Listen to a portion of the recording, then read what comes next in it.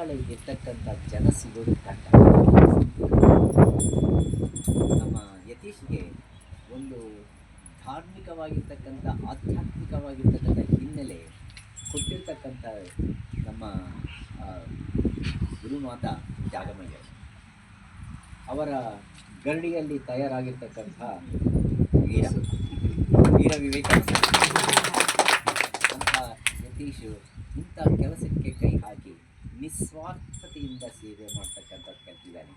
ಯತೀಶ್ಗೆ ಒಂದು ಕಿವಿಮಾತು, ಈ ನಿಸ್ವಾರ್ಥತೆಯನ್ನು ಬಿಡಬೇಡ, ಸ್ವಾರ್ಥಕ್ಕೆ ಬಳಸ್ಕೋಬೇಡ, ನಿಸ್ವಾರ್ಥತೆಯಿಂದನೇ ಈ ಕೆಲಸಗಳು ಮಾಡು, ನಿನ್ನ ಪೋಷಣೆ ಭಗವಂತ ಖಂಡಿತ ಮಾಡ್ತಾನೆ.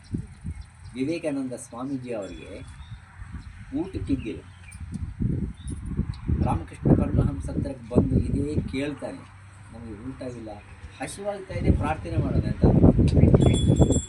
ರಾಮಕೃಷ್ಣ ಪರಮಹಂಸ ಏನು ಮಾಡ್ತಾರೆ, ಅಲ್ಲಿ ಹೋಗಿ ರಾಮಕೃಷ್ಣ ಪರಮಹಂಸ ಹತ್ರ ಕೇಳು, ನನ್ನ ಯಾಕೆ ಕೇಳ್ತೀನಿ ನೀನು, ರಾಮಕೃಷ್ಣನ ಕೇಳು, ಕಾಳಿ ಮಾತನ್ನು ಕೇಳಿ.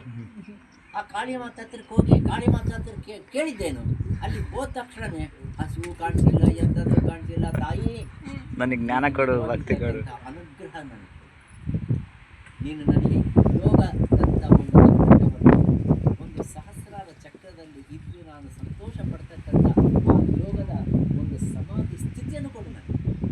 ಆ ಸಮಾಧಿ ಸ್ಥಿತಿ ಬಂತ, ಇದೆಲ್ಲ ಅದರ ಕಳಿಪೆನೇ ಇದೆ. ಆ ಸ್ಥಿತಿಯನ್ನು ಕೇಳಿರ್ತಕ್ಕಂಥ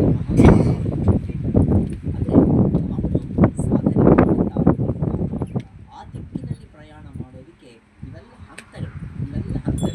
ಅದರ ಮೊದಲೇ ಹಂತ ಸಮಾಜಕ್ಕೆ ಸೇವೆ ಮಾಡತಕ್ಕಂಥ ಹಂತ.